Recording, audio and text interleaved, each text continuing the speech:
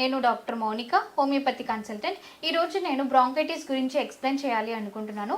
Bronchitis అంటే ఏంటి, అది యూజువల్గా ఎలా ఇన్ఫెక్ట్ అవుతుంది మన లంగ్స్కి, నెక్స్ట్ వచ్చేసి అవి మనకి సైన్స్ అండ్ సిమ్టమ్స్ ఏ విధంగా ఉంటాయి, నెక్స్ట్ దానికి అది బ్రాంకైటిస్ ఎఫెక్ట్ అయినప్పుడు మనం ఎలాంటి డైట్ అనేది తీసుకోవాలి, అండ్ దానికి ఎలాంటి ట్రీట్మెంట్ అనేది తీసుకుంటే కనుక మనకి రిలీఫ్ అనేది వస్తుంది అనేసి అనేది చెప్తానండి.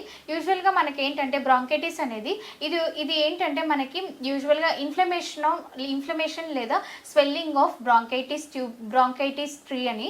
అంటే యూజువల్గా ఏంటంటే మన చెస్ట్లో బ్రాంకైల్ ట్యూబ్స్ అనేటివి ప్రజెంట్ అయి ఉంటాయి. ఆ ట్యూబ్స్లో ఇన్ఫ్లమేషన్ లేదా స్వెల్లింగ్ అనేది ఫామ్ అయినప్పుడు మనకి బ్రాంకైటిస్ అనేది అటాక్ అవుతూ ఉంటుంది. ఇది యూజువల్గా ఏంటంటే మనకి ఎక్కువగా సైనసైటిస్లో కానివ్వండి, ఆస్తమా కేసెస్లో కానివ్వండి, ఇటువంటి కేసెస్లో మనకి బ్రాంకైటిస్ అనేది ఎఫెక్ట్ అవ్వడానికి ఛాన్సెస్ అనేవి ఉంటుందండి. యూజువల్గా ఏంటంటే ఓల్డ్ ఏజ్ పీపుల్లో కానివ్వండి, చిల్డ్రన్స్లో కానివ్వండి ఎక్కువగా మనము ఈ డిసీజ్ ఇన్ఫెక్ట్ అయ్యే ఛాన్సెస్ అనేవి చూస్తూ ఉంటాము. నెక్స్ట్ వచ్చేసి మనకి ఇవి రెండు రకాలుగా ఉంటాయండి బ్రాంకైటిస్ అనేది. ఒకటి వచ్చేసి acute bronchitis, next second one వచ్చేసి క్రానిక్ బ్రాంకైటిస్. ఈ అక్యూట్ బ్రాంకైటిస్ అంటే ఏంటంటే మనకి యూజువల్గా షార్టర్ డ్యూరేషన్లో అటాక్ అయ్యేదాన్ని అక్యూట్ బ్రాంకైటిస్ అనేసి అంటామండి. అంటే మనకి నార్మల్గా వైరల్ ఇన్ఫెక్షన్స్ కానివ్వండి, కోల్డ్ కానివ్వండి, ఇటువంటి సిమ్టమ్స్ ఉంటే దాన్ని అక్యూట్ బ్రాంకైటిస్ కిందకి కన్సిడర్ చేస్తాము. నెక్స్ట్ క్రానిక్ బ్రాంకైటిస్ అంటే మనకి ఏంటంటే లాంగ్ లాస్టింగ్, అంటే మనకి కొన్ని మంత్స్ నుంచి సేమ్ ఇలాగే సఫర్ అవుతూ ఉంటే, ఇదే డిసీజ్తో సఫర్ అవుతూ ఉంటే కనుక దాన్ని క్రానిక్ బ్రాంకైటిస్ అనేసి అంటాము. అంటే యూజువల్గా కోల్డ్ అనుకోండి, మనకి చెస్ట్లో పెయిన్ రావడము, నెక్స్ట్ స్పూటమ్ మ్యూకస్ ఫార్మేషన్ అనేది అవ్వడము, కంటిన్యూస్గా ఒక 1 month నుంచి 1.5 month నుంచి ఉంది అంటే దాన్ని మనం క్రానిక్ బ్రాంకైటిస్ కిందకి కన్సిడర్ చేస్తామండి.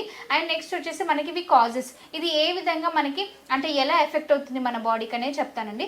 ఫస్ట్ వన్ వచ్చేసి మనకి హెరిడిటరీ, జెనెటికల్ ఫ్యామిలీ హిస్టరీ ఏదైనా ఉంటే కనుక దానివల్ల వచ్చే ఛాన్సెస్ అనేవి ఉంటాయి. నెక్స్ట్ వచ్చేసి స్మోక్ చేసే పీపుల్లో అంటే లంగ్స్లో ఇన్ఫెక్ట్ అయ్యే ఛాన్సెస్ అనేవి ఎక్కువగా ఉంటుంది.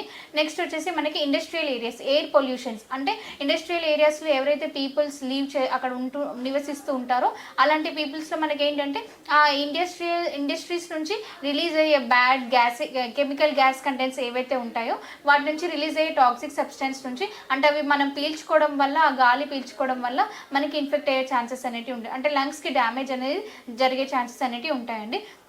నెక్స్ట్ వచ్చేసి మనకి ఆటో ఇమ్యూన్ డిస్ఫంక్షన్, మన ఇమ్యూన్ సిస్టమ్ అనేది కూడా అది అబ్నార్మల్గా వర్క్ చేస్తే కనుక అప్పుడు దానివల్ల కూడా మనకి ఇన్ఫెక్ట్ అయ్యే ఛాన్సెస్ అనేటివి ఉంటాయండి.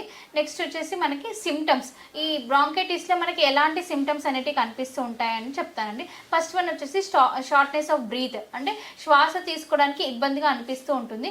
నెక్స్ట్ వీజింగ్ ఉంటుంది, చెస్ట్లో వీజింగ్ సౌండ్స్ అనేటివి కనిపిస్తూ ఉంటాయి. స్నోరింగ్ వస్తుంది. నెక్స్ట్ నోస్ బ్లాకేజ్ ఉంటుంది. కఫ్ ఉంటుంది. ఎక్కువగా కఫ్ అనేది మనం ఏంటంటే మార్నింగ్ టైం, ఎర్లీ మార్నింగ్ టైంలో కానివ్వండి, నైట్ టైంలో కానివ్వండి ఎక్కువగా దగ్గు అనేది ఉంటుంది. ఈ దగ్గుతో పాటు మనకి ఏంటంటే థిక్ మ్యూకస్ మెంబ్రెయిన్ అనేది, అంటే ఎక్స్పెక్టేషన్ తెమ్మడ లాంటిది థిక్ స్టిక్కీగా వైటిష్ కలర్ లేదా ఎల్లోయిష్ కలర్ లేదంటే గ్రేయిష్ కలర్లో ఇలా ఉంటూ ఉంటుంది. అంటే పర్సన్ టు పర్సన్ డిఫరెంట్గా ఇన్ఫెక్షన్ స్టేజెస్ అనేటివి మనకి పెరుగుతున్న కొద్దీ ఒక్కొక్క వేరియంట్లో ఒక్కొక్కలా కనిపిస్తూ ఉంటుంది. మనకి ఈ ఎక్స్పెక్టేషన్ అనేది ఫామ్ అవుతూ ఉంటుంది. నెక్స్ట్ వచ్చేసి మనకి కంప్లీట్గా బ్రీత్ తీసుకోవడానికి, అంటే నోస్ నుంచి మనకి ఈ బ్రాంకైటిస్ అనేది యూజువల్గా నోస్ నుంచి లంగ్స్ వరకు ప్యాసేజ్, అంటే ఎయిర్ ప్యాసేజెస్ అనేటివి ఉంటాయి కాబట్టి దాంట్లో ఈ ఇన్ఫ్లమేషన్ అనేది ఫామ్ అయ్యే ఛాన్సెస్ అనేటివి ఉంటాయి. నెక్స్ట్ వచ్చేసి మనకి ఇవి ఏవైతే సిమ్టమ్స్, అంటే ఈ బ్రాంకైటిస్ సిమ్టమ్స్ ఏవైతే ఉన్నాయో, ఫీవర్, మనకి ఎక్కువగా ఇన్ఫెక్షన్ ఫామ్ అవడం వల్ల ఫీవర్ వస్తూ ఉంటుంది, చలి జ్వరంగా అనిపిస్తుంటుంది, చెస్ట్ పెయిన్, అంటే షార్ట్నెస్ ఆఫ్ బ్రీత్ ఉండడం వల్ల చెస్ట్లో పెయిన్ రావడం లాంటిది అటువంటిది ఉంటుంది. నెక్స్ట్ వచ్చేసి మనకి ఫ్యాటిక్, అంటే మనకి యూజువల్గా ఏంటంటే కొంచెం దూరం నడవగానే ఈజీగా టైర్డ్ అయిపోయిన ఫీలింగ్ లాగా అనిపిస్తూ ఉంటుంది, ఆయాసంగా అనిపిస్తూ ఉంటుంది. నెక్స్ట్ గిడ్డినెస్ ఉంటుంది, చలి జ్వరం వస్తూ ఉంటుంది. ఇలాంటి సిమ్టమ్స్ అనేటివి మనము బ్రాంకైటిస్ కేసెస్లో చూస్తూ ఉంటాము. సో దీనికి ఏంటంటే మనం అవాయిడ్ చేయాల్సిన ఫుడ్, ఈ బ్రాంకైటిస్ కేసెస్లో మనం ఎలాంటి ఫుడ్ అవాయిడ్ చేస్తే కనుక మనకి ప్రాబ్లం నుంచి సాల్వ్ అవ్వగలుగుతాం అంటే కనుక యూజువల్లీ చింతపండు పులుపు, టమాటా, గోంగూర, ఆలుగడ్డ, శామగడ్డ, కందగడ్డ, ముల్లంగి, నెక్స్ట్ వచ్చేసి కూల్ థింగ్స్, అంటే చల్లటి వాటర్ ఫ్రిడ్జ్లో పెట్టిన ఐటమ్స్ కానివ్వండి, కర్డ్ కానివ్వండి, నెక్స్ట్ వచ్చేసి డైరీ ప్రోడక్ట్స్, ఇటువంటి వాటికి కొంచెం దూరంగా ఉండాలి. అలాంటి ఫుడ్ అవాయిడ్ చేస్తే కనుక మనం ఇన్ఫెక్షన్ నుంచి ఈజీగా రిజాల్వ్ అయ్యే ఛాన్సెస్ అనేవి మనకి తొందరగా క్యూర్ చేసుకునే ఛాన్సెస్ అనేవి ఉంటాయి. ఇన్ కేస్ ఇలాంటి ఫుడ్ తీసుకుంటే కనుక మనకి ఏంటంటే చెస్ట్లో మ్యూకస్ మెంబ్రేన్ అనేది ఎక్స్పెక్టరేషన్ ఎక్కువగా పెరిగిపోయి అప్పుడు ఇంకా దగ్గు రావడము, కొన్నిసార్లు మనకేంటంటే దగ్గుతున్నప్పుడు ఆ స్ఫోటం ఏదైతే ఉంటుందో దాంట్లో బ్లడ్ కనిపించడం అటువంటిది కూడా వస్తూ ఉంటుంది. సో ఇలాంటి ఫుడ్ అనేది అవాయిడ్ చేస్తూ ఉండాలి.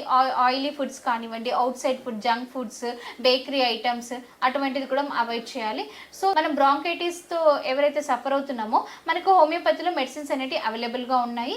సో మీరు హోమియోపతి మెడిసిన్స్ యూజ్ చేసుకోవచ్చు అండ్ పర్మనెంట్గా మళ్ళీ ఫ్యూచర్లో రియకర్ అవ్వకుండా పర్మనెంట్గా తగ్గించుకునే ఛాన్సెస్ అనేవి ఉంటుందండి మనకి హోమియో మెడిసిన్స్ ద్వారా. సో ఎవరైతే ఈ ప్రాబ్లంతో సఫర్ అవుతున్నారో మీరు మా మెడినైన్ హాస్పిటల్కి సంప్రదించండి. మీకు డాక్టర్స్ మెడిసిన్స్తో పాటు ఇమ్యూన్, డైట్, ఎక్సర్సైజెస్ గురించి కూడా ఎక్స్ప్లెయిన్ చేస్తారు. Thank you so much. సంప్రదించవలసిన నంబర్ 9398590286 మరియు 9281000268. Website medinine.info.